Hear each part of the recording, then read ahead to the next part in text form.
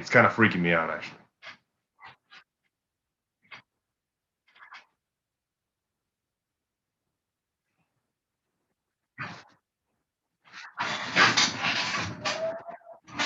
Well, see, that's because he's actually turning into a bizarre combination of Dr. Eggman and Stone Skull Steve Austin. Sonic, where is my goddamn beer?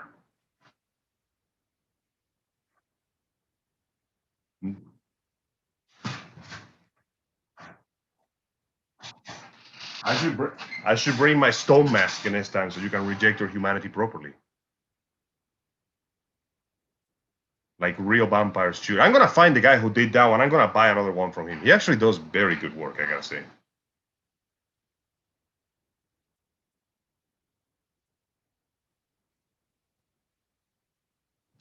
Hang on, let me see if I can find it. Yes. Let's see, what is that? Oh, god damn it. Google ain't working for once. Okay, let's see. No, it's literally, that's just the line. Yeah, that's it. The literal translation is, I cast aside my humanity, Jojo, but they had to match the lip flaps, so I reject my humanity. It also sounds more powerful because it's shorter. Yay.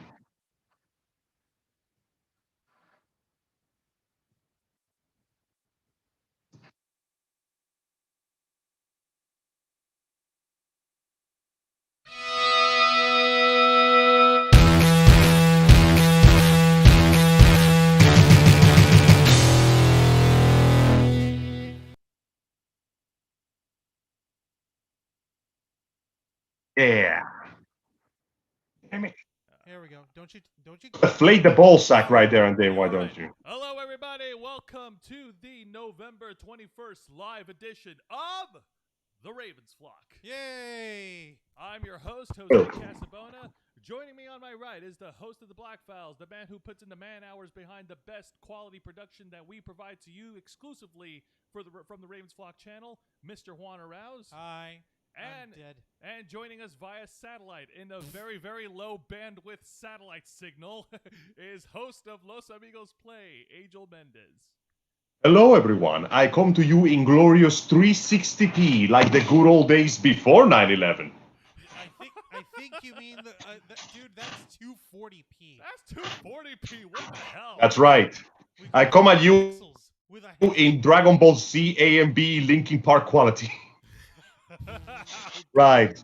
So, as you can see, the difficulties of work have kept me from being there in person, but nonetheless, I will endeavor to deliver the best service possible, as we always do here. As we always do, yes, because despite our conflicting schedules, nothing, and I repeat, nothing is going to stop us from providing fresh and new nerd content every single week exclusively right here on this channel. Yep, and if you're watching, Right. you're watching us live on twitch.tv/RavensFlock online and youtube.com/RavensFlock. So we invite you to please go ahead and point at Angel's left shoulder over there, and down here. That's going to be the follow button and the subscribe button. Oh, don't you start with that. Don't you start with that. Hey, thinking away. We need you Fine. to point at the thing too. Point at it. It's right Wait, hang on. This, yeah. this, Yeah, here, down. where your elbow is pointing, right there. You see that area? There's where the follow button is. There's where the subscribe button and the notification bell is. Hit that I feel like button. I'm in the mirror world. Yes, indeed. And if you have anything you'd like to say, leave your questions and comments because we will answer all questions and comments while we're live. Yep. And we want to thank you, everybody who's watching, and we ask you to please share this stream with all your friends. You see that we put it up on all your social media that we're at, except, of course, for that one site that people apparently think is an alternative to Facebook because there is more freedoms there. Yeah, have fun with that cesspool. Wait, there's a site that's an alternative to Facebook? Isn't that Instagram? No, that's owned by Facebook. Oh. That's just Pornhub you're talking about right now. No. I'm talking about the other one, the one that all the psychotic right-wing nutball domestic terrorists are taking over in. That is so freaking weird. I'll tell you. Tumblr?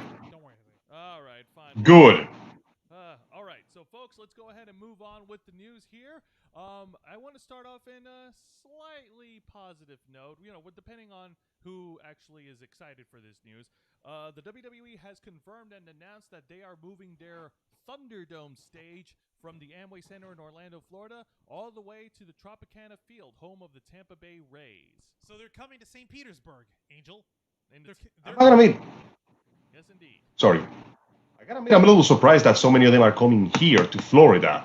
Is there something particular about the state that brings them in, or is this just something about like You have Two words. previous history? 2 words: essential business. At the height of the pandemic, Governor Ron DeSantis has declared that professional wrestling in the state of Florida is an essential business. That's why That's right. from the WWE, Impact Wrestling, and All Elite Wrestling are still airing every week. because they're So essentially, it's the only place where I can find steady work anymore. Yep, pretty much. It's the only place in the country that's going to allow them to work, which is Yes, indeed. It is pretty depressing, Fix actually. something over here. Yeah, go right ahead. While you Is do that, something I'll wrong? Go ahead and talk because whatever Juan needs to fix will not stop me from talking. Now, Yee. according to an article from Sports Illustrated, WWE confirmed that beginning on December 11th on the December 11th edition of SmackDown, they will air their new home in the Tropicana Field in St. Petersburg, Florida. Their deadline to move out of the Amway Center is on December 5th. That because the organizers of the Amway Center need to use that venue for the beginning of their NBA season for Orlando Magic. Not sure how to feel about this one, honestly. So basically, all they're doing is they're moving from Orlando to St. Pete, out from their indoor arena over to the baseball field. And the only reason why they cannot extend it is because the NBA season's starting up, and the Orlando Magic need a place to host their games. I mean, No figures. the Major League Baseball just wrapped up this year's World Series, so it does make sense for the move. And their contract with the Amway Center expires next weekend. Question.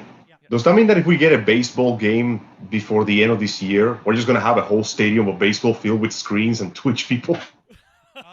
No, because baseball is already over. And it's Okay, good. You have to remember. They're done throwing their balls around. No, you have to remember, Angel. The LA Dodgers won the World Series, and so baseball season is over for the year. There's no more baseball for now. Everyone's taking their break off of baseball, so that's just a giant empty building. But how close? Well, is it? Like honestly, I don't want to get too far into sports, but man, Tampa Bay Rays actually came close. Kind of. I know. Actually, thinking back on it, I just realized baseball is one of the few sports that you could play safely in this time and place because it's all about distancing. Exactly. Yes. All the time. All the freaking time. Of course, that's only a little bit of bright news from the WWE, and a little bit of bright news will not overshadow all the shit that they've been dealing with, because I do want to mention simultaneously how the Tropicana sounds good, and I'm only saying good, not great. They are still dealing with their legal battles, or rather they're coming to a close with one of the legal battles in regards to the Saudi Arabia debacle. They have reached a settlement of $39 million. Oh, did you forget about the fact that they're basically taking blood money from the Crown Prince of Saudi Arabia? Did you remember that, Angel? Yes, but wait. What is the settlement for? Like, what do they need that money for? Just to leave Saudi Arabia? What's going on? All right. According to what website is this? Ringside News. WWE found themselves in a class action lawsuit from the city of Warren, Michigan's police and fire retirement system. The lawsuit from the police and firefighters pension fund was due to alleged misconduct concerning the company's dealings with Saudi Arabia, and it has been settled. The $39 million lawsuit has been settled, according to an announcement from the company. The lawsuit filed in March alleged that WWE executives deceived investors concerning the company's dealings in Saudi Arabia. Dave Meltzer noted on Twitter that there were multiple lawsuits at once, and WWE settled them out of court. See, the fact that they did that out of court already makes me feel that there's some shady crap going on. Because this is WWE we're talking about. The fact that they broke the law doesn't surprise me anymore. The fact that they are now outright defying the law by doing shit out of court is the part that worries me the most. Yeah, we'll just give you this big suitcase of money, and we'll just forget all about it. You know, let's just throw it under the, just sweep it under the rug. Angel, when it comes to lawsuits, why is the only reason anyone who, with the money and the resources that the WWE has got, why would they settle? You know the answer why. Good point. Because Publicity? they know that if they went to court, they would lose. Pretty much. For them. So it's the classic of, hey man, if these accusations are so powerful, why don't you take them to court? It's not because you have some shit on your own, do you? Like, by all means. So essentially, taking any legal channels will most likely guarantee they will lose. So they just went, how about we just throw this big pile of money at you and call it a day? Solve all your problems today by throwing money around. Pretty much. It's blood-soaked, but it still counts. Pretty much. It's not a loss if they reach it's not a lose for the WWE if they reach a settlement.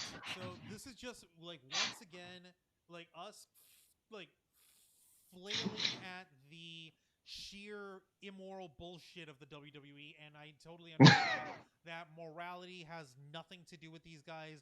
Vince McMahon clearly has no soul. He clearly doesn't have any goddamn sense of humanity towards anyone anymore because he's a retired. They're bloodlust. Oh yeah, no, we've already detailed that enough last week when we talked about Zelina Vega's release from the WWE, and more details on that has been revealed. Apparently, this is fun. You're gonna love this. Okay. Oh boy, here we go. Zelina Vega, on her last showing on last week's SmackDown, she was approached by Mark Carrano, who is a part of the WWE corporate staff. Yeah, he's like their legal advisor, right? Yes. She had requested to speak with Vince McMahon personally, but Mark Carrano told her that Vince McMahon did not want to speak with her, and she was escorted out the building by other staff. Holy shit. Are you telling me you had to bring a goddamn like search and like detain order just to speak with a heady honcho? Jesus. This is a guy who like, despite the fact that he's like almost an octogenarian, despite the fact that he's clearly still trying to stay body built and shit, even though he blew out his quads 15 years ago. Yeah. Even though was it 15 or 16? It was 15, 2005, okay.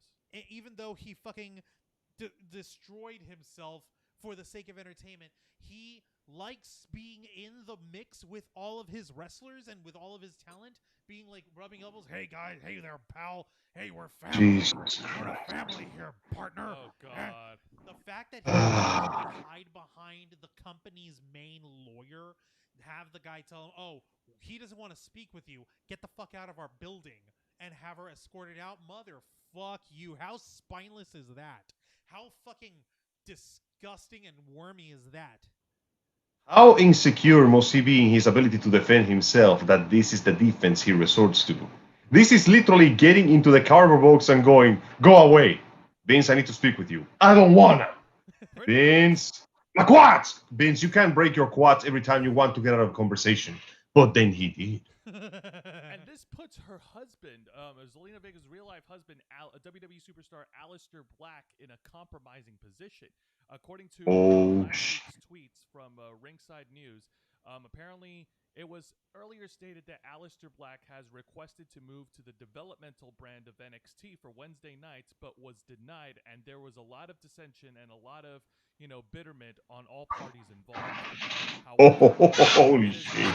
confirmed by Dave Meltzer, who spoke with a source within WWE that told him that apparently, he didn't request to move to NXT, but he was floating around the idea, but the WWE staff, creative, didn't pay any mind to the idea because they didn't know what to do with Aleister Black. Okay, so they didn't know what to do with it. There's a plausible thing, and because that shit does happen an awful lot within the work structure of the WWE, creative has nothing for you. We don't have any sort of plan for you. We'll just go ahead and throw you in the match. Well, does this match lead to anything? No, we just need you to fill time. But the problem with it is, you have to understand, the folks working in the WWE, especially in the creative team, they can be salty ass, bitch ass, dickless ass, ass motherfucker. Please tell me please tell me your true feelings, Juan. Let me give you an example here, Angel. Let me give you an example. Rusev, the Bulgarian brute, the big burly dude, him and Yes. his real-life wife, Lana, They were like a nice power couple in the WWE. When they fired his ass as part of their massive cost-cutting measure. Of course. She stayed in the company, but they threw out her husband. Now he's going by his real life name, Miro. He's wrestling in All Elite Wrestling. And what are they doing with Lana? Almost every single week. For how many weeks in a row is this now? This is now 8.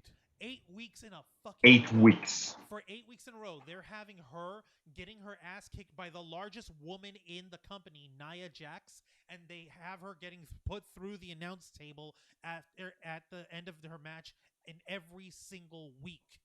Jesus Christ. Because that isn't going to cause some sort of chronic problem with her moving forward, and that's not any sort of punishment for how dare your husband try to find work and be more popular without us.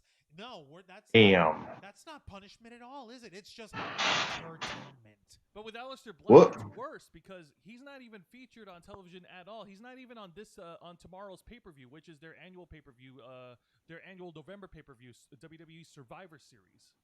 He's not even. Oh, Jesus Christ. So wait, let me see if I get this straight.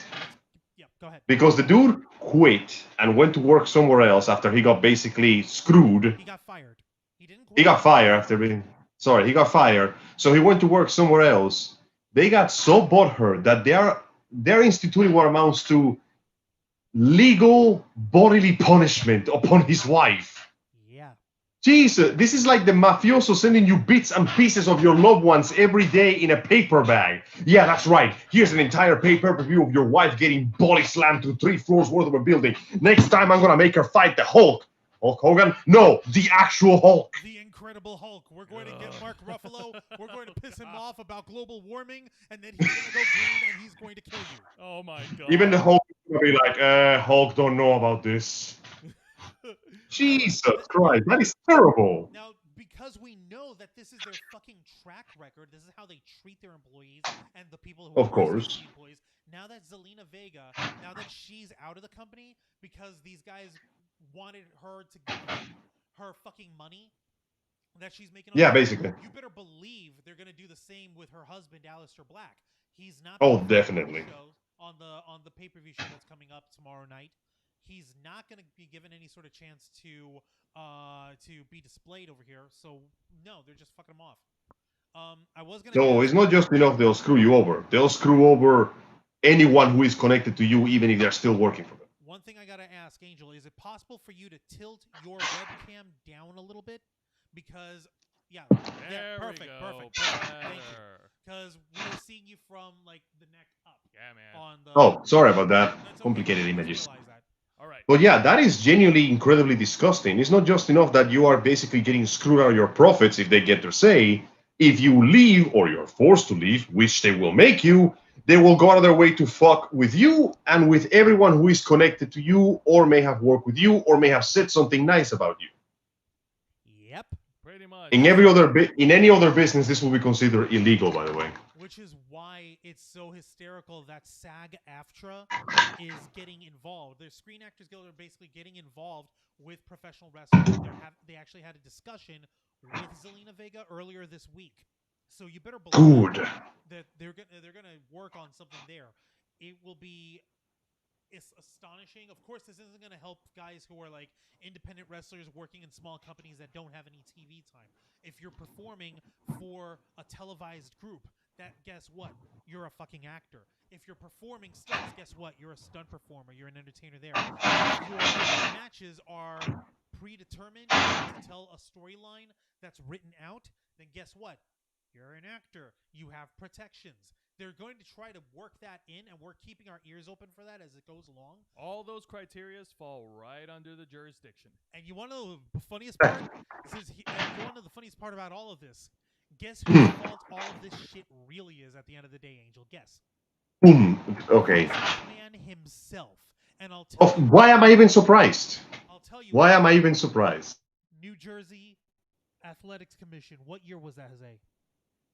1993, 4? I think it was 1983. 1993. Okay.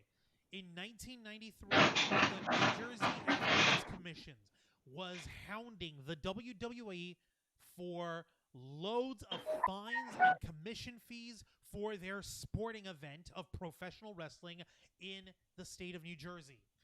The way the WWE beat all that and didn't pay a single dime was they basically put out a giant press conference and put out saying, hey, you know what? This doesn't apply to us. We're not purely athletic. This is a hybrid of sports and entertainment because all of professional wrestling matches are predetermined. They are not Of course. actual competition, so therefore we don't fall under the jurisdiction of the Athletics Commission, so therefore we don't got to pay any of those fines. They even made a Christ. fucking press release of this with The Undertaker and Linda McMahon, who was working as an officer for the company. They held up like a cake saying "Rest in Peace, New Jersey Athletic Commission" in the shape of a tombstone. Idiots. And anytime from that point on, whenever they had to host a WWE show at an arena there or at their stadium, they would never call it New Jersey. They wouldn't say Newark. They wouldn't say the state New Jersey. They would always say "from the shadow of New York City." Jesus Just Christ. extra salty. But you know This is what? a goddamn soap opera. But you know what? Thanks for that, Vince, because since you're the one who says they're not athletes, they're professional performers, then guess what? Those professional performers may qualify as actors, as stunt performers, as performers for a televised entertainment event. So Well, now. he really Holy shit. kicked himself in the ass on that one. Wow. Have you ever seen Karma swing around that hard in one single swing? It's amazing. Pretty much. The swing took its time, but he's getting it now. Going back on the earlier subject on Stargate, back to the article here. WWE noted in their press release that, and I quote, "The company believes that resolving the matter is the right business decision and that it is prudent to end the protracted and uncertain class action process." Imagine my shock. Let's be honest. Did you hear anything from that paragraph that wasn't corporate bullshit? I've learned to speak corporate bullshit. Please translate. I have to be fluent in that shit to deal with customers as a retail worker in my time. I know corporate bullshit the way most people in this country know English. Some folks either by choice or ignorance, whatever. But that's not the point. But the point is, yeah, that's bullshit. But get no this. matter what. The article continued on stating that the lawsuit claimed that the senior level executive sold more than $280 million worth of shares at fraud-inflated prices. The company was accused of withholding information concerning the progress of their broadcasting deal in Saudi Arabia and plans to expand into the Middle East. Beautiful, isn't it? Isn't this fucking beautiful? That is like a small island's worth of money, like a small country's worth of. Jesus Christ. Every time I hear this ridiculous number, I know it's stocks. It doesn't actually count as hard cash. But stonks. But when you see these kind of ridiculous numbers being thrown around just to keep this stupid company afloat, can we have a new challenge? I would like to have this challenge. The WWE doesn't fuck it up for one more week challenge. By next week, I want to see. I don't even want to see good news. I want to see no news. If by next week you guys sit on that chair, look me in the eye, and tell me WWE hasn't destroyed something beautiful this week. Skonotsk. Got it. No, it says Skonotsk. If by next week I see Joe look me in the eye and tell me WWE has not destroyed itself one more time this week, I know we have finally finished 2020. If we like, The tutorial is over. We can start the game now. Actually, I needed to ask you about this because I don't remember if we ever came to a decision, and I hate putting you on the spot live on the air. Go on. But I needed to ask you on this. Next weekend, with it being Thanksgiving weekend, are we going to be live again for the Ravens Flock Live? You know what? It's Thanksgiving weekend. I think we deserve a break. So Yeah, fair enough. Bro, we're going to be too full on turkey. Yeah, like we're gonna be trying to speak, and the itis will just make us fall asleep halfway through. It won't be any fun. Yeah, dude, I'm not interested. I'm not ready to see Angel fall asleep and drooling on his web camera. I don't want him on the screen. Just fall in face first. You know those silly shoujo animes where you see someone embarrassed and you see their ghost out of their mouth? That'd be us. Oh. Exactly. Mine will be like, finally, free at last. Yes, next This week- mortal shell can no longer contain my form. So yes, next week will be our, I guess you could say, blackout period. We're not going to be streaming all of next week. But that's I don't see what going. it's a holiday weekend, and we hope that those of you who watch us don't miss us too badly. But we will be back the weekend after that, right? Absolutely.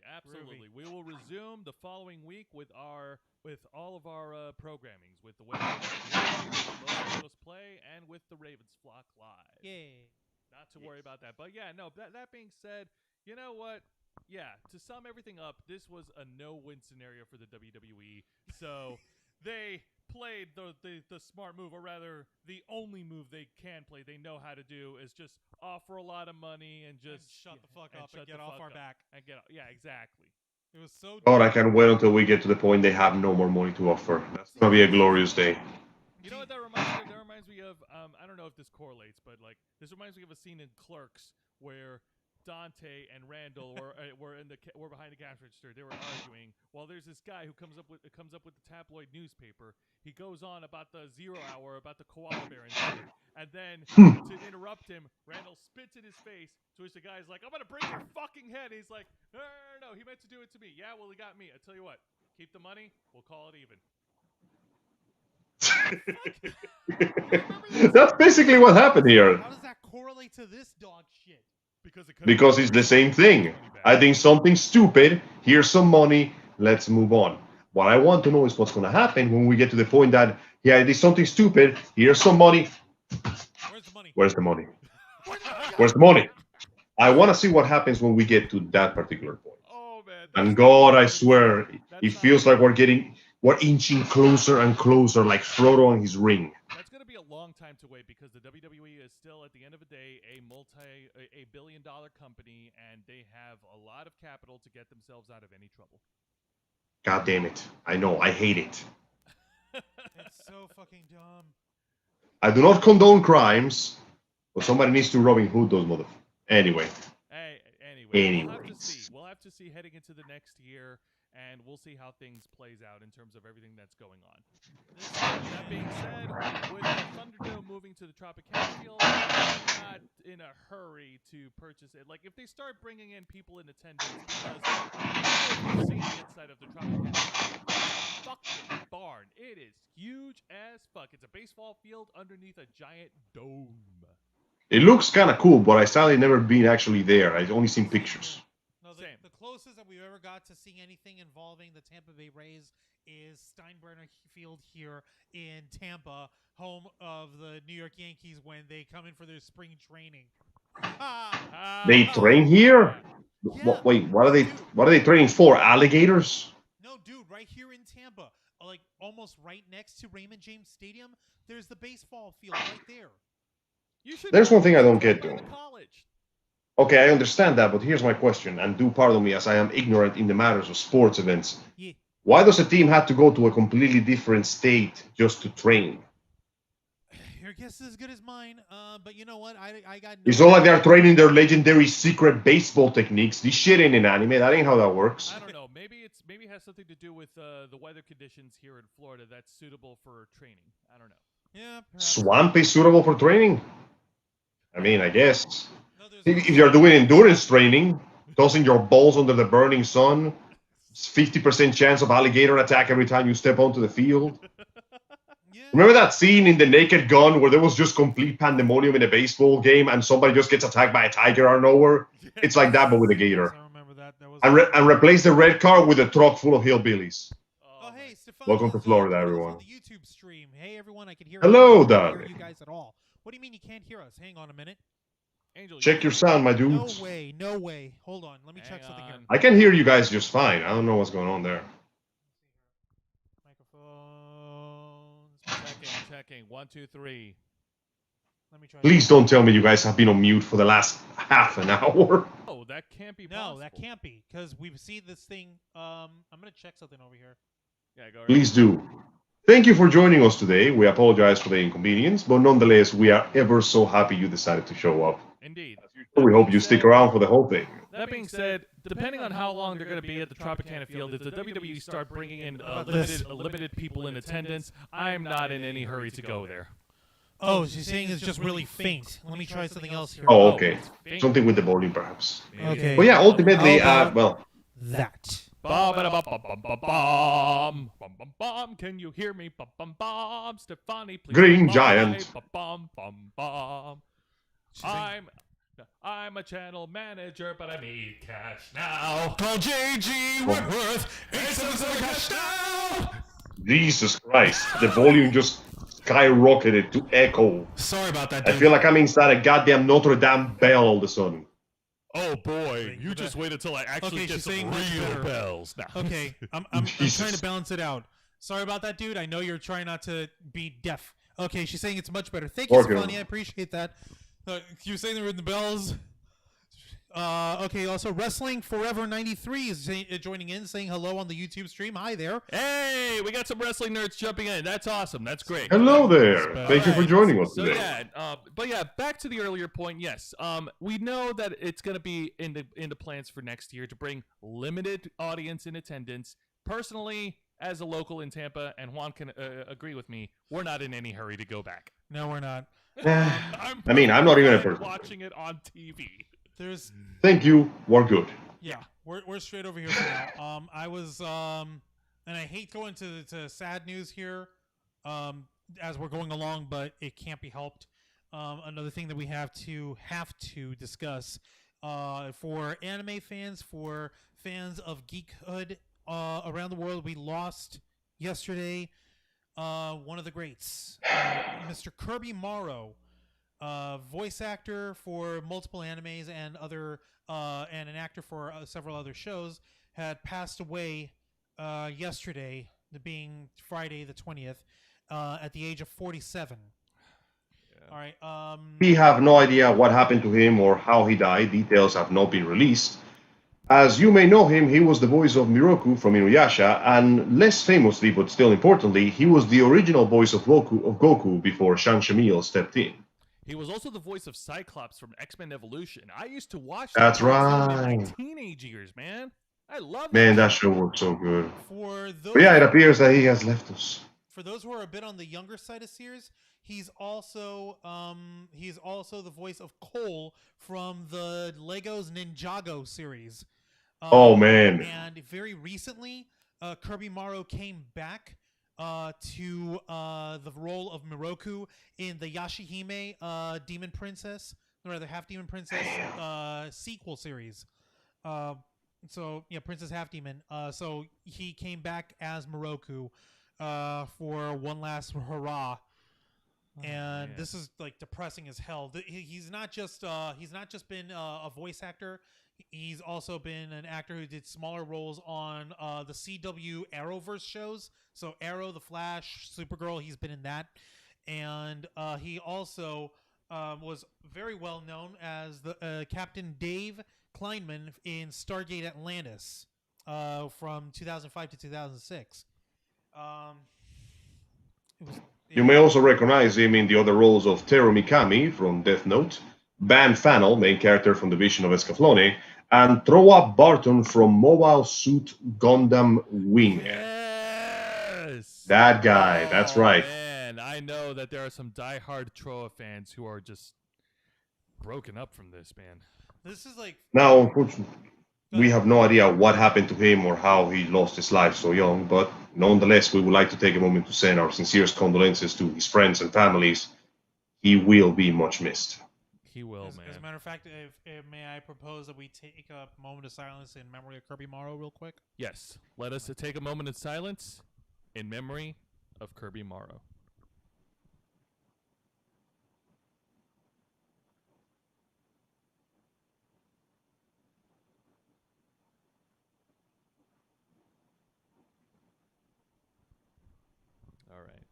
Thank you very much for joining us. But yeah, as I mentioned earlier, in regards to Kirby Morrow, I'm gonna be honest, I'm not that big of a fan of Inuyasha. I was a bigger fan of X-Men Evolution growing up. I used to watch it every time it's on. I loved the story behind it. I loved this interpretation of, oh, hang on a minute, Angel, did you drop out?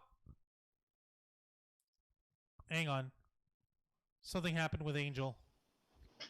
I'm back. Can you hear me? We can Yeah, hear we you. can hear you, but we can't see you. No, There now you we go. Sorry about that. All of a sudden, the connection faltered and fell down. I guess even my computer got bombed down that we lost Miroku. Like Shit I sucks. said, folks, very low bandwidth satellite signal. Jackass. Cannot be helped. I know, it's cool. But no, as I was Trust saying, me, if I unplug this cable over here, this signal is gonna go even way lower. Actually, can I go even lower than 243? no, Let me don't not do try it. it. Don't Let me not do try it. Don't go to 144p.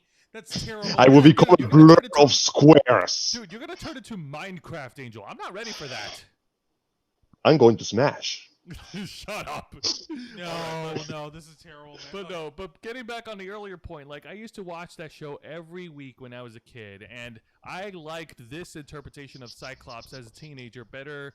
Like I liked the original X-Men, but I think this interpretation was much better than the original. How do you figure? I don't know. I mean, I guess it's just the different setting, the different atmosphere, the different storyline that hooked me.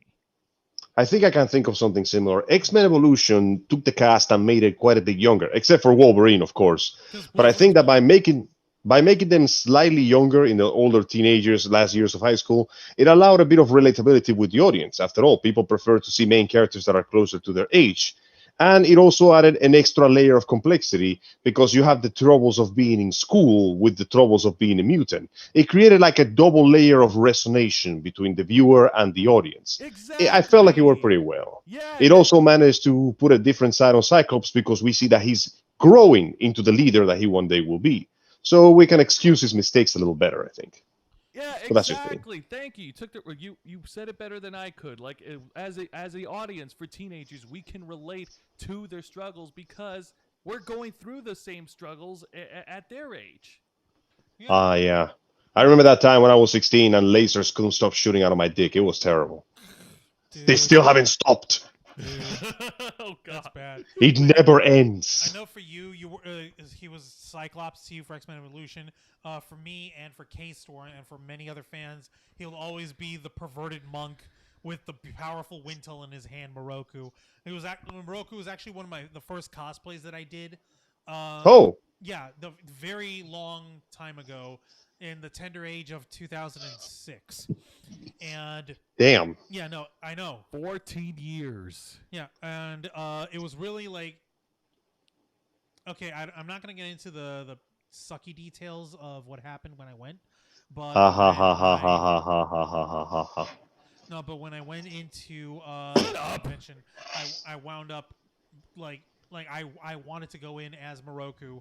All I had was a black bathrobe and some purple fabric, and I was hoping to God that I could get it to work somehow. And like I patched it together myself. I took the bathrobe. I tried to get it to expand out a little more so that it wasn't like frumpy looking. And when I tried to tie it down, and I basically just took the swath of the purple fabric. I hand stitched that shit to myself, and I stitched it all together on my own. And I went to the convention. People noticed me, even though I had the hair ponytailed back like he had, and I had a really crappy little like hand wrap on my hand, and instead of like beads like he's supposed to have on there, I had like the plastic freaking Mardi Gras Gasparilla beads that I had lying around, and I wrapped that on my hand. But you made it work. This hand's powerful hole seeks out asses and tits without constraint. I need to keep it sealed. Oh my God. But yeah, no, I did that so I can just hang out with my friends there. That didn't end well. But some of the folks who recognized the character I was playing, they recognized that I was doing Miroku, and they loved it. Had not cosplayed him since because, like I said, that was an experience I don't want to repeat. But I did that because I was inspired because he had the character had a problem that he couldn't avoid. He knew that one day it was just gonna fuck with him, and he tried to do the most good that he possibly could with it. Afterwards, he was trying to overcome it, and with this, with that, it's just a matter of that's something that clicked with me. Like he doesn't give up. He's not stopping because he's gonna get swallowed up by a goddamn black hole in his hand one day. No, he's going to keep going, and he's going to keep trying to fight. And he's going to keep trying to do good. What about you, Angel? What was your first exposure to the voice of Kirby Morrow? Mine was X-Men Evolution. Juan was Inuyasha. It was actually Inuyasha as well, because it was like the first anime I saw in Adult Swim when I got here. Yeah. After that, I watched Gundam Wing, so that was the second one. I actually ended up in the episode where Inuyasha loses control for the first time, when he's fighting that purple demon that can read thoughts. Remember that one? Yes. And he completely eviscerates the dude. That was cool. Mind you, I didn't thought much of it, but the character did grow on me as I saw him, and I ended up actually being quite sympathetic to his cause myself. After all, we all have a right hand that we can't seem to control for reasons. But anyways, Wow. ultimately, honestly, thinking back on it, like his character got kind of shafted near the late. Well, then again, everybody got kind of shafted near the end of the story. But I digress. Point in case, yeah, that was the first time I was introduced to him. And though I never actually felt his presence much, I recall. Wait, no, hang on. What? I remember the first time I actually heard him wasn't here. It was in Cuba. Really? A friend of mine got a bunch of VCR tapes with the Spanish and the English dub of the last episodes of Dragon Ball Z. It was actually what awakened my love in anime when I was a child. So, yeah, my friend just showed me these tapes with the ocean dub of Goku versus Kid Buu when he goes Super Saiyan 3, and it's just like non-stop episodes of just screaming and fighting and blowing shit up everywhere. Oh, man, that was great. So, yeah, there you have it. And you could hear his dialogue 100%. It wasn't Spanish or anything. I heard them both. I heard the Spanish dub and I heard the English dub. Oh, because he had them in both tapes. It was pretty good on both ones. It was actually fantastic. But yeah, no, turns out that was actually the first time I ever heard of the guy. I've forgotten. It's been so many years. Oh, God, I'm old. No, But yeah, wow. So So there you have it. The first time I heard him was long before Shan Shamil screamed his head off into our ears a long, long time ago. a long time. This ago, guy was yeah. screaming his head off into our ears. Yeah, man. Over the years, we're the Ravens flock. We've met many popular names, many celebrities in one convention after another. Sadly, we never had the opportunity to meet Kirby Morrow in person. The Ravens flock didn't get to meet him, but K-Storm before Oh. the Ravens flock, she did because Nice. she's got and it's in storage somewhere right now. A box set of the 4 Inuyasha standalone movies, and she got Kirby Morrow and Scott McNeil to autograph them both. At Nice. 2007, I believe. Oh, I the following forgot. year. Mhm. Nice. I keep forgetting that Scott McNeil is in everything. Yes, Scott McNeil. Is Everything. We still need to see him sometime in the future so you can flip him off and share beers together. Hey, man, we will. Just keep me away from it. He promised he would steal my vocal cords the next time he saw me, and I'm Everyone still here promises for to my steal your name. vocal cords. Well, look, But Angel. one it's day been somebody 8 might get away with it. Listen, Angel, that was 2012. That was 8 years ago. I'm pretty sure he's forgotten by now. He's gonna send me a picture right now through Instagram just going, I never forgot. This is gonna be a picture of a cowboy with the words, never forget.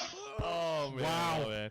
All right, for those of you who are watching while we're simulcasting, what are your memories? What exposed you into hearing his voice? Whether it's Inuyasha, whether it's X-Men Evolution, whether it's Gundam Wing, whether it's any shows that any animated show that he's voiced. Go ahead and drop it in the comments. Or like I mentioned, he's been in live action stuff as well. He's been in the Arrowverse shows. Yes. Wait, really? Yeah, he's been on Supergirl, Huh. Flash, Yeah. Green Arrow.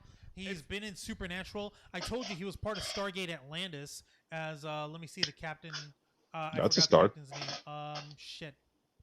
Hang on a minute. There we go. Yeah, go ahead and Captain look. Dave Kleinman. Yeah, Captain Dave Kleiman. So so go ahead, drop it in the comments.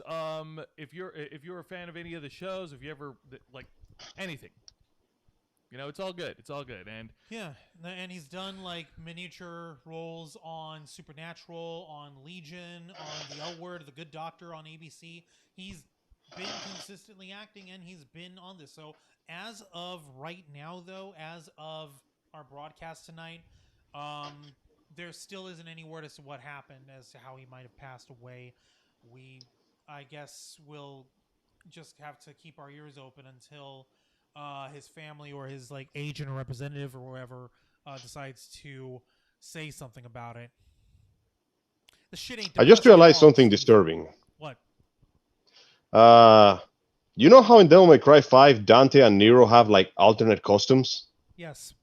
They look almost exactly like Sam and Dean from from Supernatural. I know what you're talking about. I know exactly what you're talking about. And yes, Jesus, yes, they it's do. so. And it's cool. I don't know if that's on purpose, but if it is, that's a very nice touch. Oh man, Oh, man, that is believe it. awesome. Like I said, I promise we weren't trying to be down about all this shit. It's just It's gotta be. as hell, for Christ's sake. It is, and it might as well be known. But like I said, all we can do is hope that whatever happened to him, we'll find out eventually, and all we can do is extend our deepest condolences to his loved ones. Not much else we can get on this point because we don't have much information beyond the fact that he's sadly no longer with us. I think the best way to continue moving forward on the positive spectrum is to continue watching all the timeless classics that he's had handed. You know, because Please show support for the official release. He would want to, he would want to that. be remembered for his success in the industry, in the entertainment industry. No, you're right. He definitely would, and he deserves it. He deserves all the recognition in the world. He deserves to be memorialized and shit because he was good people. I remember I actually got to when the news broke last night. I actually caught up with an old friend who happens to be an old hand in the convention community, and they were telling us all about okay, I got to meet the guy, I got to bring him out for an event that we were hosting one time, and it's depressing that we couldn't get him again afterwards, but he was really cool. He was really great with fans. He wasn't any sort of trouble. He wasn't a fucking drunkard or whatever the hell. Or he was just excellent people, a great guest to have. Wish he could have brought him out more. And while he's telling me Alas. this shit, I'm just God damn, man, this is heartbreaking. You know what I mean? It is. I think It is no. Storm crying in the background. It is not very often that we get a chance to deal with the personalities that voice and act in the various physical media that we consume. But we always keep those occasions very close to our hearts because we get to speak with our favorite stars, even if they're no longer in the business or if they're working on a different project. It feels good to share a word with them and, get to meet the human behind the star. And, well, we got to treasure those moments even more now because every now and then the world likes to remind us that life is a fleeting, fragile thing. And it's as we have just been painfully reminded of right now. Yes. We're gonna miss you, man. You may have not been the most noticeable voice in the business, but whatever you were, I know you were doing your best and giving your best performance. That's what matters. Exactly. Like I said, as long as we have these timeless classics that he's been involved with, and we just keep watching it, it's still, that's still that means a lot in the long run. A man only truly dies when he's forgotten. And we'll make sure that in a way, he cemented his legacy as being voiced by many beloved characters. So, in a way, he may be dead, but he'll never truly be gone. Exactly. At least, I like to think so. Exactly. Gone, but never forgotten. Never forget. Yep. Yeah. Very good. Yeah. Do we have any new comments here? No, nothing new over here. The last thing I got was Stefania telling us about the sound bit here. It's all right though. It's all good. Okay. All right. Yeah. Oh man. I'm just thankful that we got dinner coming up after the streaming's over. That's gonna really nothing picks us up from a crappy mood better than food. Better than good, delicious cooked food. You make bad decisions when you have an empty stomach. It's always important to feed yourself. That's true. Yes, indeed. But yeah, no, I'm trying not to beat this situation like a dead horse or anything. I'm just what more can we say? He had an impact in our lives, whether we realized it was him or not, and he's fucking gone. He is no longer. I think it's more depressing and it's more off-putting the fact that we don't know why he passed. That actually got us worked up over it. I think that's more the mystery behind it, the circumstances that. Well, we can't really call it a mystery. It's just that this family and we don't know representatives they're not saying, and it's not up to us to tell them. Hey, you need to tell us what happened. No, it's up to them. Yeah. Honestly, the thing that gets me is the fact that he went so young, 47. 40. The dude just listen. Death is inevitable. Eventually, even our loved ones will leave, but we can always hope that at least that they will leave of old age, surrounded by their loved ones and their family.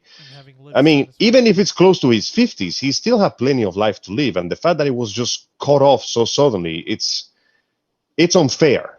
And that's the feeling I'm hearing here. You know, it's the unfairness of it all. Nobody deserves to die before their time.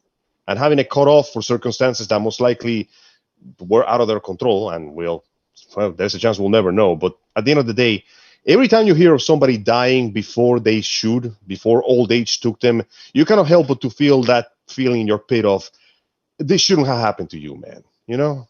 Yeah. Right. Like that's what I'm getting. Because you have plenty of because you're not done yet. You've got plenty of other years ahead of you. For real, man. For real.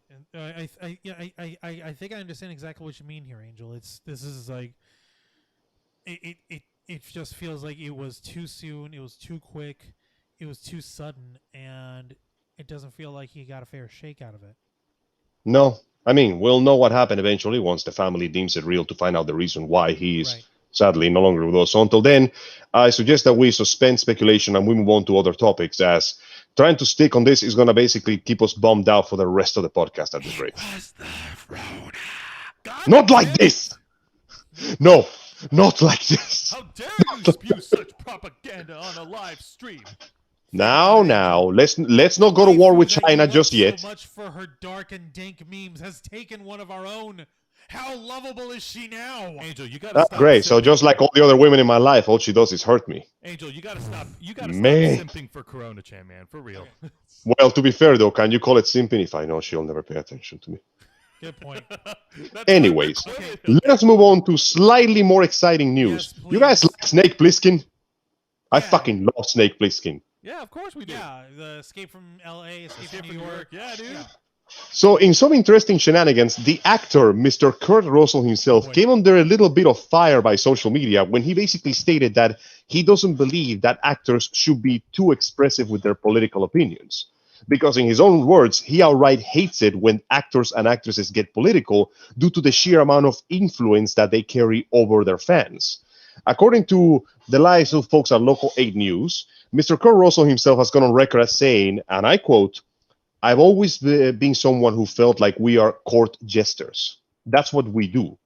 As far as I'm concerned, you should step away from saying anything you should step away from saying anything so that you can still be seen by the audience in any character. There's no reason entertainers can learn just as much as anyone else on the subject, whatever it is, but I think that what's sad about it is that they lose their status as a court jester. And I am a court jester. That is what I was born to do. A court jester isn't always funny. A court jester is the only one that can walk into the castle and put the king down as long as he doesn't hit too close to home. I think that's been a big, important part of all cultures throughout history, and I'd like it to stay in ours." So Mr. Russell is basically saying, I don't blame you for having political opinions, but when you're an actor or an actress, your political opinions change the way the public perceives you, and that can change the way that your performance is perceived. What do you guys think about that? Well, I think I understand that. The last thing we want Kurt Russell to be remembered for is for his ego. Exactly. That's a Guardians But of the essentially, Galaxy joke. hey. But the man is essentially saying when you are a public figure, what you say has more influence than the average Joe. So you should be careful what opinions you spout, politics or wise, because it can affect your performance and your paycheck. Now, personally, I'm all for free expression, but given the fact that free expression comes with responsibility, I kind of agree with.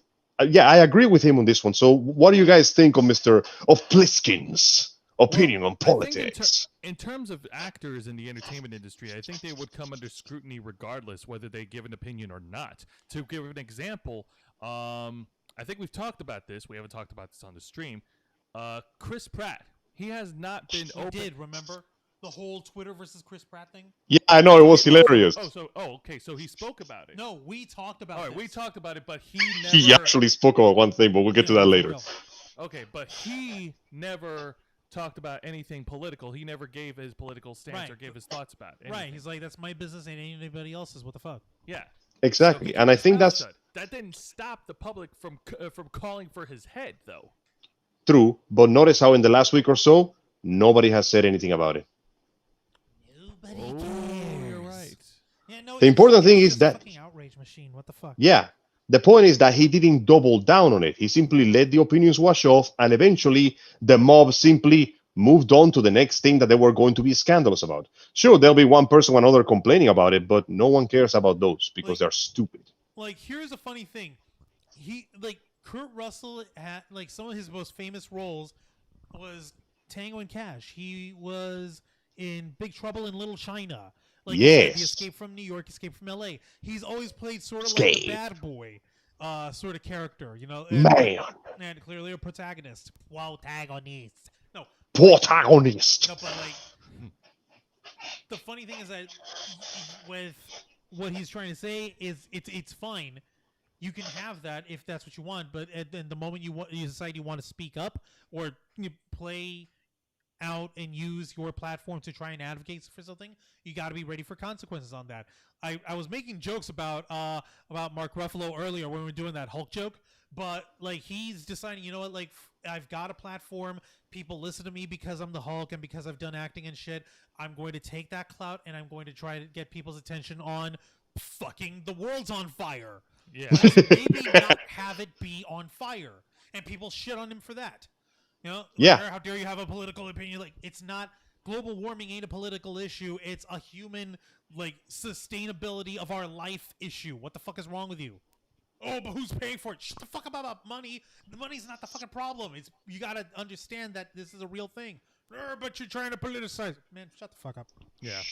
But as the man himself indicated, when you live with the spotlight on, what was it again that Mr. Dumbledore said in the books?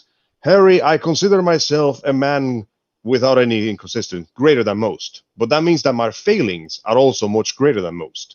I think that what I was going to is when you live your entire life with the spotlight on you, and when you are a famous actor or actress, every single thing you do is scrutinized by the people who like you, and especially by the people that hate you. That means that no matter what you say, it's going to be spun by some into something that is offensive or evil or bad or whatever. Now, that's all well and good, and you can simply ignore it. But when the things that you say can be spun into things that can ruin your career or affect your job, well, it is a matter of free speech, but consequences will still follow free speech. And the more famous you are, the more the consequences of free speech can come back to bite you. I'm not saying censor yourself. I'm saying Be mindful. if you're famous enough, consequences that will follow your actions can be a hell of a lot more harsh than the average Joe or Jill. Right. Yeah. That Agreed. makes perfect sense. I guess this is sort of like why people like crap on like Brie Larson so much. It's more to the point that she has a platform and she does use it more for her like political opinions and her voice on it. But like the opinions that she has isn't so horrible. But people are just feel like annoyed. Like, dude, who the hell are you to say anything about Exactly. like feminism and representation? Shut the fuck up. Like, I get like it's more a matter of like the method of which you present your stance on it. You can be strong about it and you can be forthcoming about it, but you also have to figure a way to be tactful. I guess that's probably why Brie Larson comes off as like preachy or snobby or a know-it-all, because she doesn't quite have the tact for presenting her opinions on it. Phrasing is important. Remember when she was in Scott Pilgrim? Yeah, She was hot. she's still kind of. We should do that again sometime. We should do was- that again sometime with her. Put her in a role that really highlights the best of her aspects. Still hot. Aspects. Shut up. I digress. But honestly, going on that though, I do believe that you guys wanted to speak as well about the trailer for Final Fantasy 16. Am I correct? Yeah, absolutely. I pulled up an article here straight from SquareEnixGames.com. Introducing the world and characters of Final Fantasy 16. Yep, this little presser that was put out over here, folks had been losing their collective shit. There is no amount of Phoenix Downs that will save you from it. Everyone is about as dead as Aerith. And her ass is fucking dead. All right. There has been more bloodshed than the fight over the PS5 consoles that keep running out of stock for some reason. Oops. Here's what's stated right here, and this was released on. Let me see here. Hang on a minute. Let's see. I'm trying to check out the date here. Oh, it dates all the way back to October 29th of 2020. Okay. So why the hell is this only coming out now? I have no Well, to be idea. fair- This was sent to me by K-Storm Cosplays this week. But you know what? I'll read it. It's okay. To be fair, we only had like one trailer, so we might as well grab whatever information they can toss at us at this point. Indeed. Now, according to this, hello everyone. This is Naokai Yoshida, producer of Final Fantasy 16. Naoki Yoshida. Naoki Yoshi Yoshida. P! Everyone here in the development team is currently working together on a massive scale to bring you an all-new game worthy of the Final Fantasy name. Our next major announcement is planned to take place in 2021, but ahead of that, we revealed the Final Fantasy 16 teaser website today. In the teaser website, we've included a lot of new information and artwork to introduce you to the world in which the story takes place and also some of the main characters of the game. So let me briefly introduce the content of the site. You're not going to see any of the content, folks, because it's on my phone, and I'm not going to put my phone in front of you. So Post yourself right now. We're only as good as Batman if he gets prep time. If y'all motherfuckers have actually given me time to prep on this properly and pull the article up, I would have been able to swap this out so that we can actually see us on here while the article is up on the computer or whatever. No, it's all right. It's all right. You know what? Whatever. What do I know? Yeah, no, it's cool. Listen, if they go on to SquareEnixGames.com and search for Final Fantasy 16, they'll find it. They'll find everything they need to know. Yes, there is information on the characters. I'm going to go through a paragraph here specifically. 3 characters swept up by the winds of fate. There's a lot of speculation, but yes, the young knight and the tattooed man in the Awakening trailer are one and the same. His name, the main character's name, is Clive Rosefield. And he's Which is honestly the most normal name we heard from a protagonist in Final Fantasy in a long time. Now, Clive sounds like the name of a bad soap opera protagonist on CBS. I know. Right? All right, Coming soon to Netflix, Clive.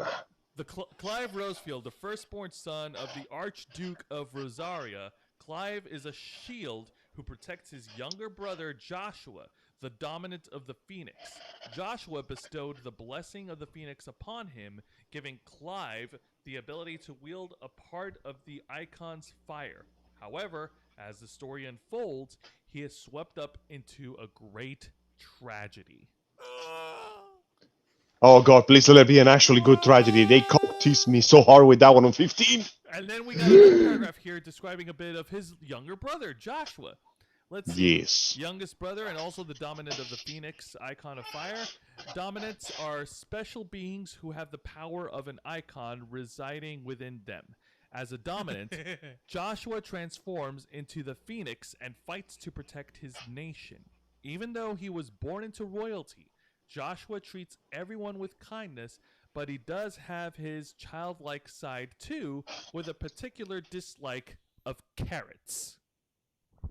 Good. So we're getting some personality on the characters themselves, and for the trailers that we have actually seen, we're getting A, stylish gameplay, and B, a surprisingly, well, I'm not going to call it dark because I don't know where it goes, but the story seems fairly raw. For what little we've seen on the cutscenes, we got people getting cleaved in half, stabbed, crushed alive.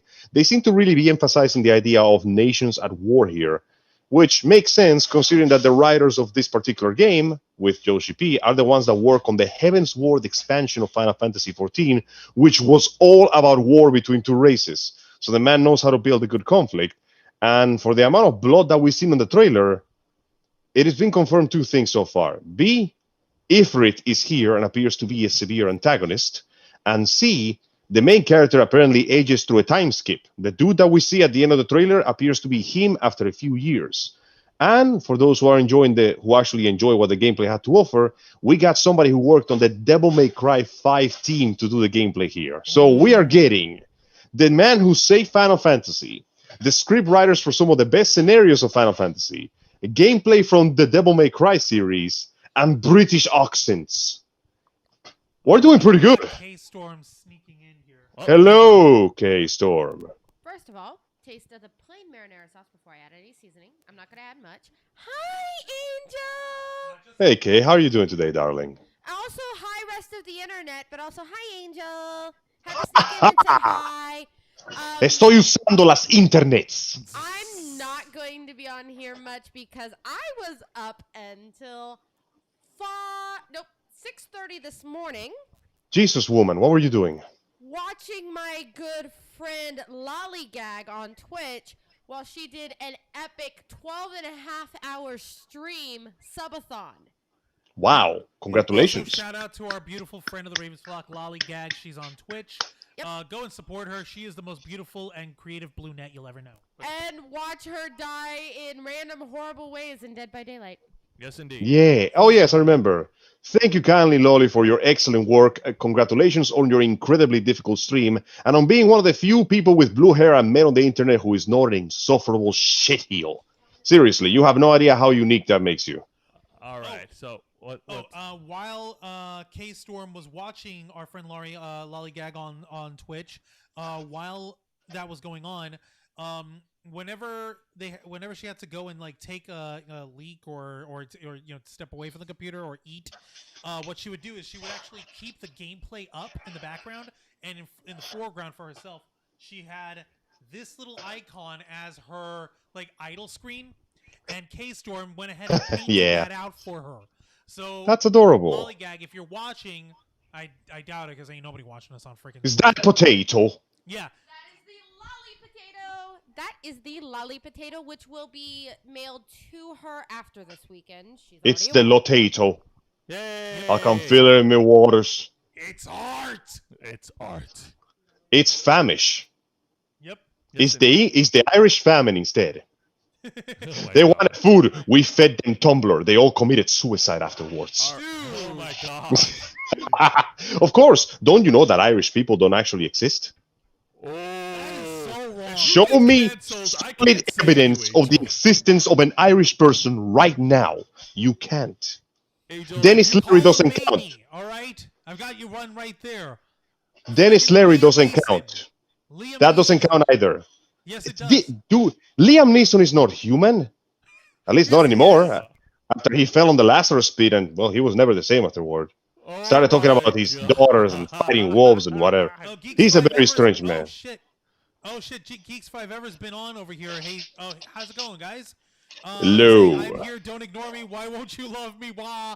Go to Ren Fair. They're like Pokemon over there. If you want to find Irish people, go to the Ren Fair. Oh yeah, Angel, we were there this year. You didn't see any Irish people there, huh? Oh, hang on. Hang on, Angel. Oh Oh my God! shit! I think me calling him out actually killed the stream. Damn.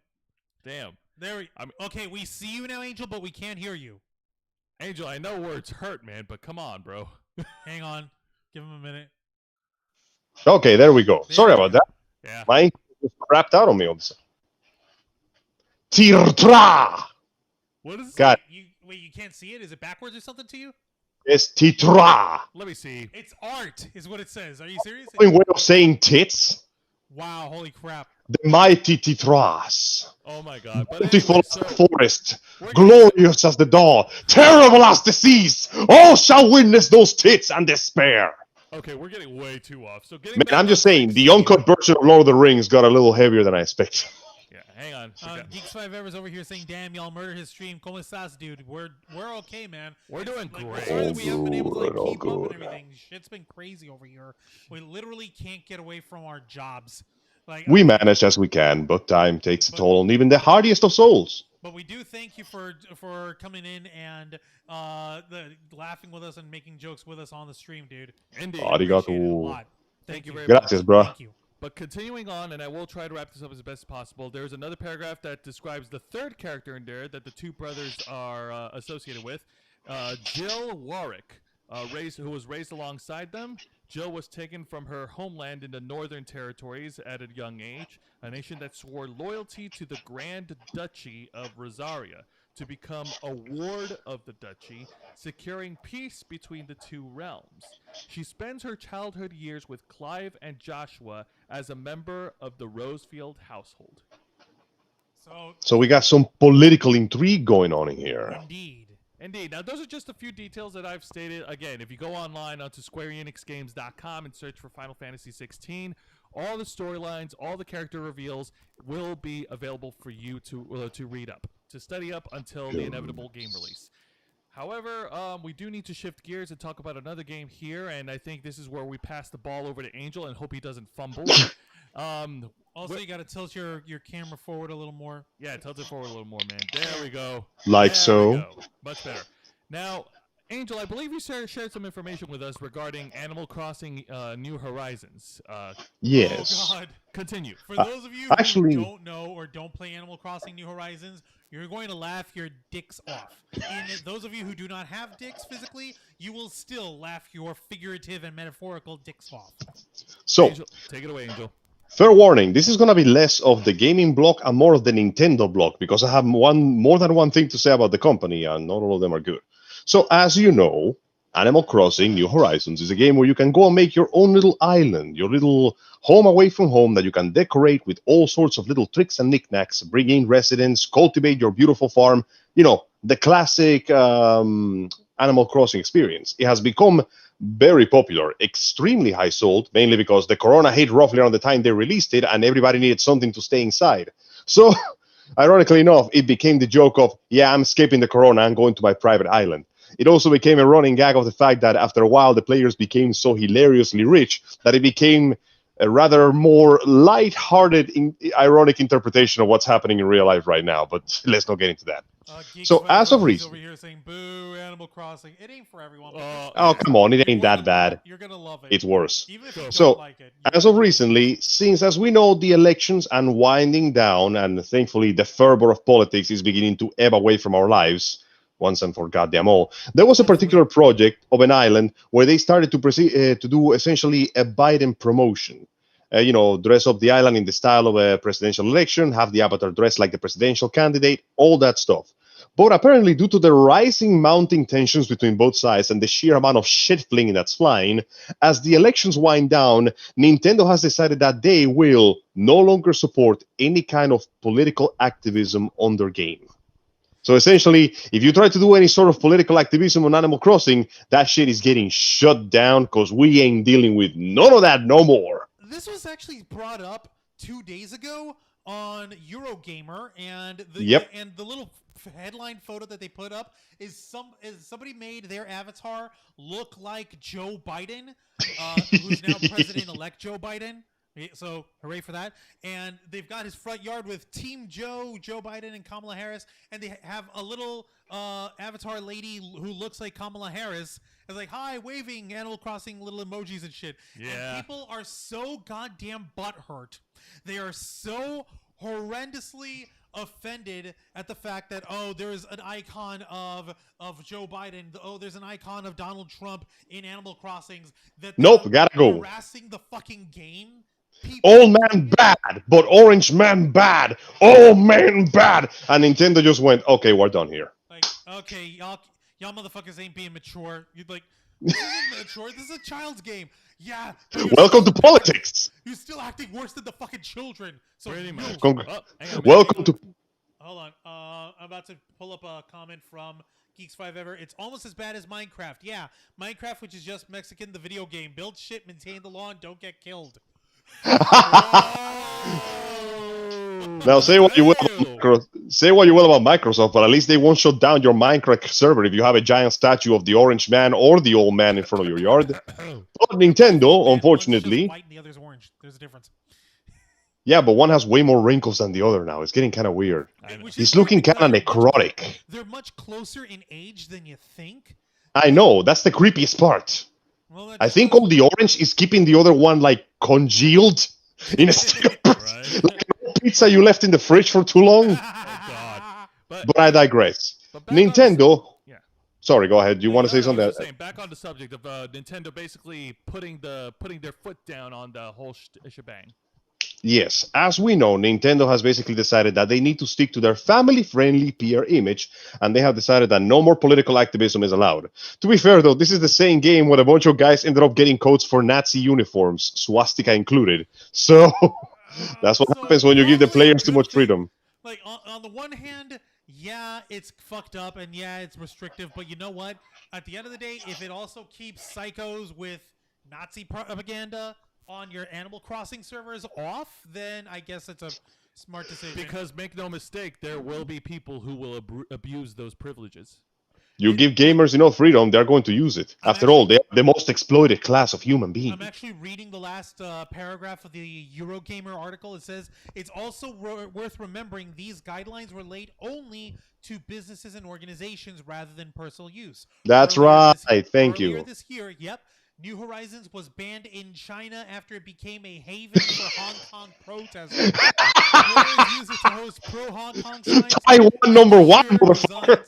For anti-Chinese protest clothing. Nintendo's guidelines wouldn't cover these players acting individually, but we'll have to see if and when Nintendo enforces the rules in the future. So essentially, if it's a company, you're not allowed to promote yourself. But if you're an individual player, feel free to put whatever you want to. So congratulations. You can still chill for your favorite candidate no matter how much you hate or like them. Now, that's all well and good, but unfortunately, this is Nintendo we're talking about, and they can't seem to go. And Nintendo is slowly turning into the WWE of gaming companies. At least that's what I would say. That's what I would say if Bethesda didn't exist. Now, no, we sure Bethesda? We sure it ain't EA games?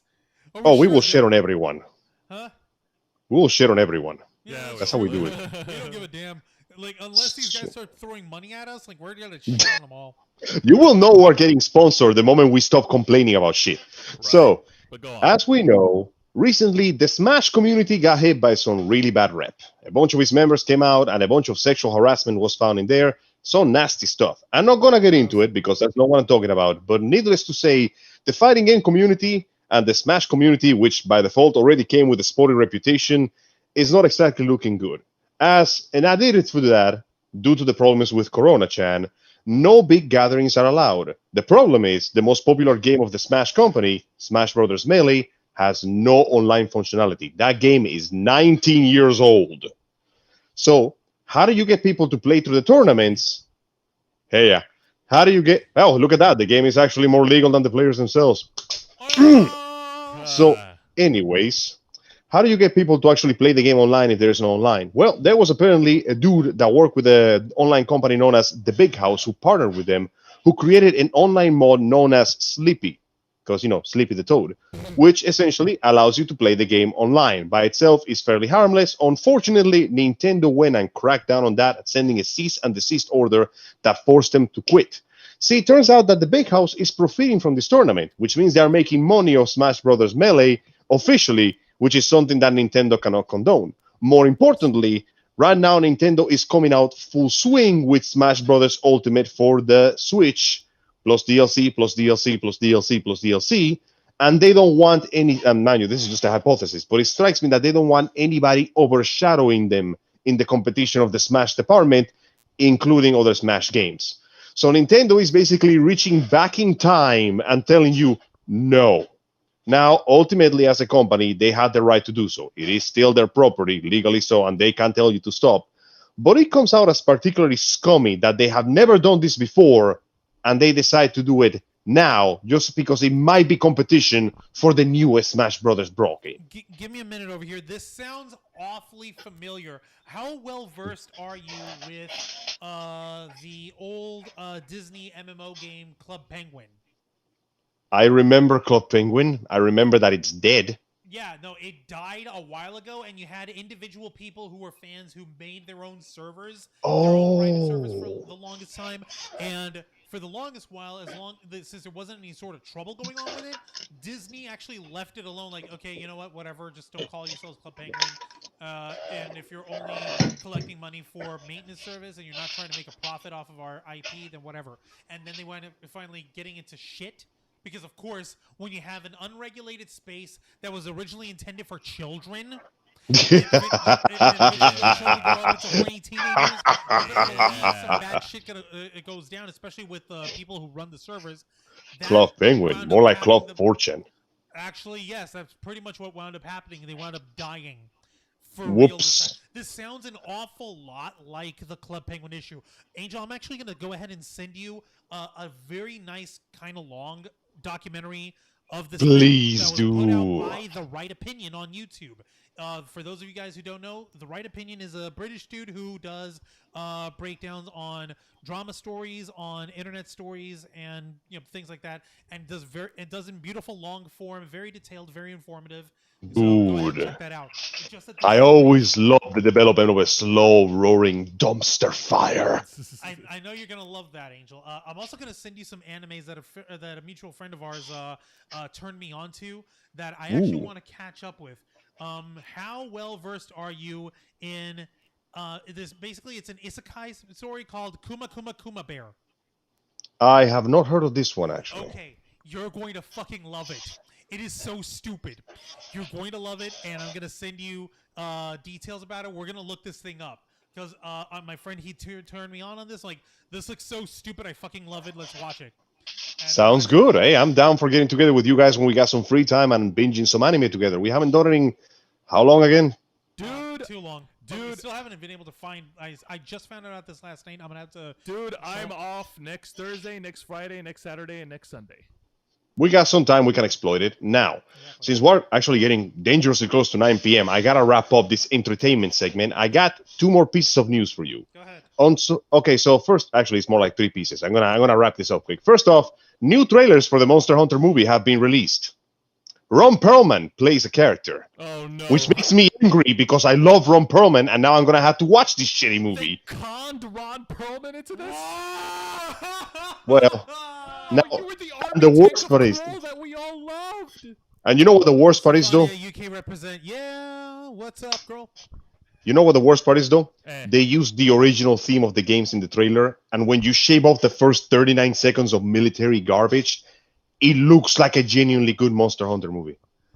All they had to do was do that, and no! I could even kind of live with the isekai element of it, but you don't leave them with their gear. You say, like, okay, our guns are useless, this is pointless. We gotta get better guns. And get all the team, not just Mila Jovovich, strap up with giant fucking, like, 9-foot long dragon bone swords and shit. Get them all badass. Supposedly that's what's going to happen. But let's be honest, we already know how this movie is going to go. The first 45 minutes are going to be boring nothing, and then the other 45 minutes are going to be Monster Hunter. So I might see it, but let us step away from that and jump into another step in the movies. As we all know, our beloved favorite star on the lands of pirates, Johnny Depp, is no longer within that particular business due to the rather messy personal matter with his abusive ex, Amber Heard. Fuck Amber As a Heard, result, bitch.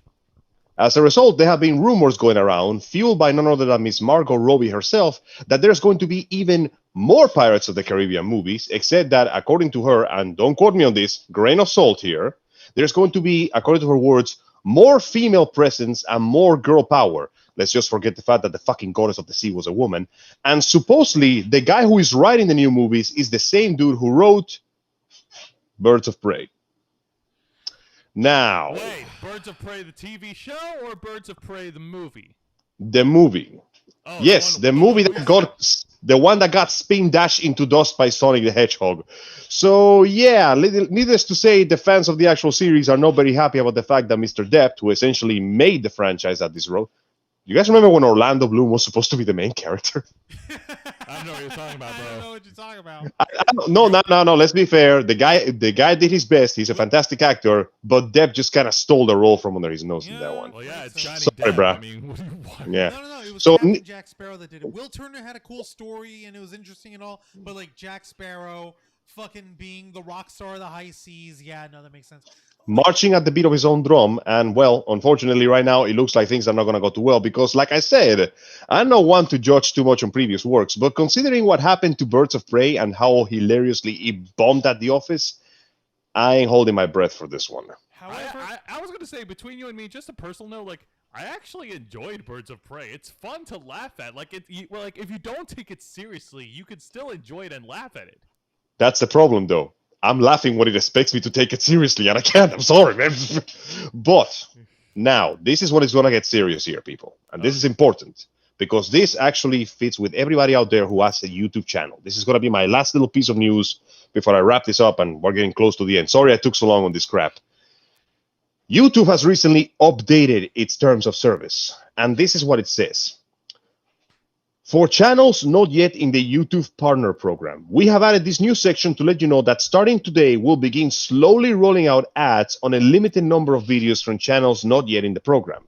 That means that as a creator that is not in the program, you may see ads on your videos. Since you're not currently a partner, you will not receive a share of this revenue for the ads, though you will have the opportunity to apply for the YouTube Partner Program as you normally would once you meet the eligibility requirements.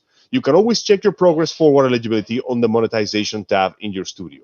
That means that YouTube can grab your channel by the balls if it's not big enough to get its own ads, put their ads, and you're not getting a single cent out of any of them. Because fuck you, that's why. Wow. Bitch, please. Yeah. You know what? At this point, there's what can we fucking do? I know that we've got friends who are much closer to being monetized. We've got like Popcorn Planet. They're monetized. Like they can monetize themselves, and they've got the fan club, and that's fine. Hi, Randy. I'm happy for them. Hi, Andy. We love you, dude.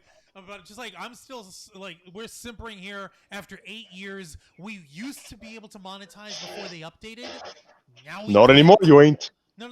And since they made their update after the first adpocalypse of Doom, and they're like, oh, you need 1,000 subscribers, you need 4,000 hours of playtime. I'm like, the adpocalypse.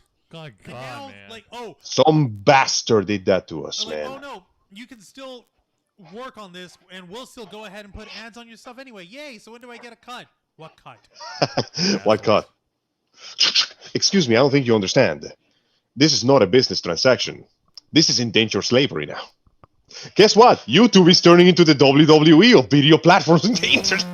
Everything is turning into WWE. Its putrid influence spreads through everything we I'm love. gonna give you one little piece of good news. Obviously, this came out yesterday, but it's Give me something to work with, man. Away on a good we note. need a high note. Please. We need a good high note here, I please. could use something to go with. Okay, this was announced yesterday. It was on all the major channels. Deadpool 3 is a go. Yes! Disney is going ahead with allowing Deadpool 3 to be produced, and they tapped they wound up tapping Wendy and Lizzie Molyneux, who are the writers of Bob's Burgers, to write the script. Okay. Oh, that's Okay, gonna be K-Storm really is exciting. here. You know, If I you're like gonna squeal, Deadpool. come on in. No. Yeah. I mean, If you're gonna I'm squeal, genuinely a come little on before you come in surprised here. because I did not know those were the writers, and you genuinely took me by surprise on that one. I didn't know. Oh, you didn't know? You asked me to call somebody. We put Linda, did you know that we're writing for Deadpool 3? Time yesterday. When I was at work. Well, regardless. Thank you for that, K-Storm. You sent me the heads up. Yeah. Well, regardless, this is an exciting news to hear. This is the Deadpool 3 movie that we are all waiting for, and now it's in the hands of the folks in the Marvel Cinematic Universe, in Disney's hands, and we have no doubt that it's going to be a success. The first movie was good. The second movie was great. The third movie, hopefully, will top all of them. So far, Bob's Burgers has never let me down when it comes to comedy. I don't think there's been one episode that hasn't gotten at least one solid laugh out of me. So, hey, Yeah. So I like to think that it's in good hands. Let's see what happens. Please, Disney, don't fuck this up. There's a reason people love Deadpool. Don't do that thing you do all the time when you just saw off all the rough edges so it fits perfectly with the rest. Don't fuck this up, Disney. Please. you better believe Please. they're gonna find a way to try to fuck it up, but we're not. They better not. Right now, movies are the only thing making them money. You're very not wrong. One person that was on TikTok actually said, "You guys have a golden opportunity right now. Just go film Deadpool 3 at Disneyland, because nobody's there. Have something happen with a bad guy wanting to destroy it, and it leads to a hour-long fuck all in Disneyland. So why the fuck not?" Dude, that I know it's a joke, but That's stupid enough to work. Also, it's Deadpool. Also, you froze, Angel. Yeah. Oh no, the feed's frozen. Well, while Angel comes back, but yes, no, they could do that. It's Deadpool. You could get away with so many possibilities with the character itself. He dropped off. Okay, he's coming back. He's gonna come back, but I will wrap up by saying this. my computer died again. Jesus Christ, dude. It was working just fine this morning, man. I don't know what's going on. At this rate, we're going to be heading to 120 megabits, like bandwidth shit or whatever. Hang on, let me see. 68 kilobits. 68 kilobits is the minimum. There you go again. He Oh went off my again. God. Okay, you know what? While Angel tries to recollect himself from his side, I will go ahead and say this. You know, you guys are awesome. Thank you very much for tuning in. You know, every week we get people watching. Every week we get people interacting. We always have something to talk about. The news never stops each week, and we will do our best, as I mentioned earlier in the video, to put out the best nerd content every single week on all 4 shows, on all the platforms that we're available in. That being said, We do our best. yes, indeed. That being said, Juan, plug us away. Thank you very much for watching this week's live stream edition of The Ravens Flock. Be sure to once again hit the follow and subscribe buttons on the lower right hand corners, hit the notification bells, and be sure to share this stream with all of your friends and tell everyone how The Ravens Flock works every single week to continue to make your voice our mission.